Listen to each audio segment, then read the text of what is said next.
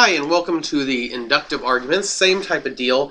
We're basically going to look at examples of strong versus weak arguments that are both cogent and uncogent by looking to see that there are examples of arguments that are strong, that have false premises and a false conclusion, and yet there are weak arguments that have true premises and true conclusion.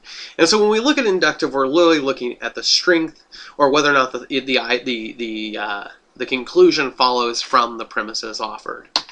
And so I want to start here also by saying that these examples that we're going to use are taken from a book that's a little bit older, and even though I typed it in, I was decided to go ahead and keep it, even though I think that there may be new evidence or new information that may make these arguments less probabilistic, at least this one. And so what happens is we can have a strong argument where if the premises are true, then it's strong and sound. And in lieu of any other evidence, such as in this one, like all American presidents were men. In the history of American presidents, all of them have been men. So probably the next American president will be a man. Well, that's a true premise. And if it's true that every president has had a certain attribute, then it's likely that that would be the same.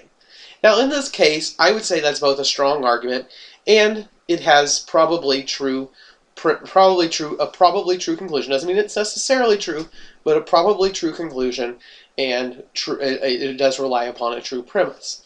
Now, in this case, one of the things about inductive arguments is, for example, if Hillary Clinton were to end up running, or another strong female candidate were to end up running, then we would actually not be able to say that. But at least for this case, I think we can. And I think that's sort of the key on this, is that it is probably true that more likely than not, with some exceptions, the next American president will be a man, but it is not, it definitely in today's society is probably not 100% foredrawn.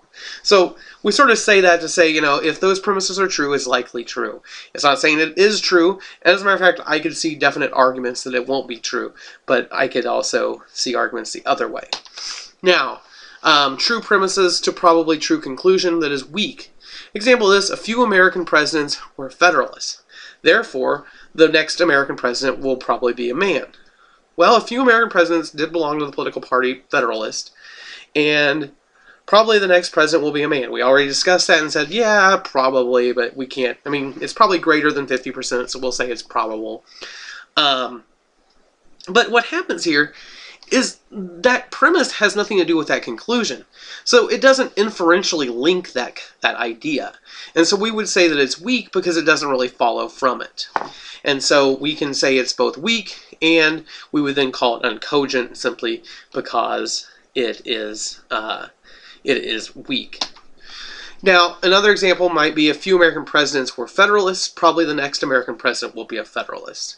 Well, here we are once again. We have the same premise, but the other conclusion, which actually follows from it, is actually somewhat related to the first one. Probably the next American president will be a Federalist, is actually linked, but a few American presidents being Federalists, belonging to a political party that's been gone for 200 years, is probably not a sufficient thing to say that the next president will probably be a Federalist. As a matter of fact, it would probably be less probable than, a lot of things. I don't even think the party exists anymore to begin with, but even if it did, a few is not enough. A few presidents have been bald, perhaps. I don't know if that's true or not. I think a few of them have had a lack of hair. I don't know if I'd say bald, but I think there have been a couple probably fall into that category. Therefore, the next president will probably be bald.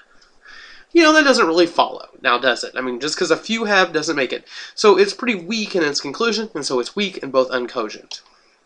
Now, if you have true premises and a probably false conclusion with a strong argument, no.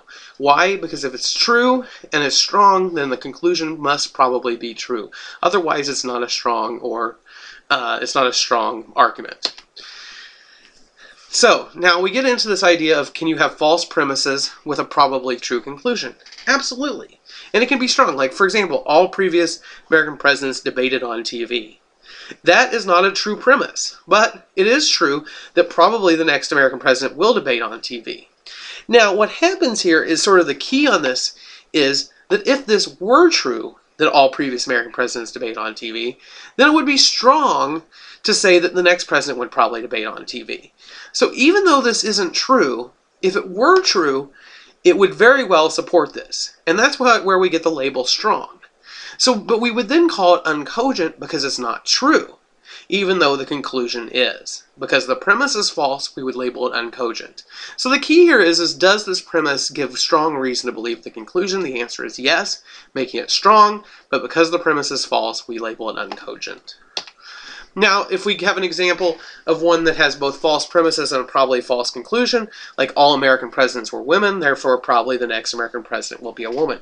In this case, the premise and the conclusion are both false, or at least, as we discussed, that the next American president will probably not be a female. Although, like I said, I don't know that it's pretty close to 50-50.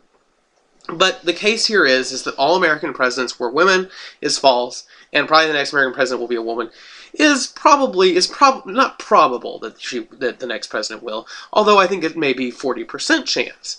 And so what we have is we have a strong argument, but it's uncogent because it uses false information.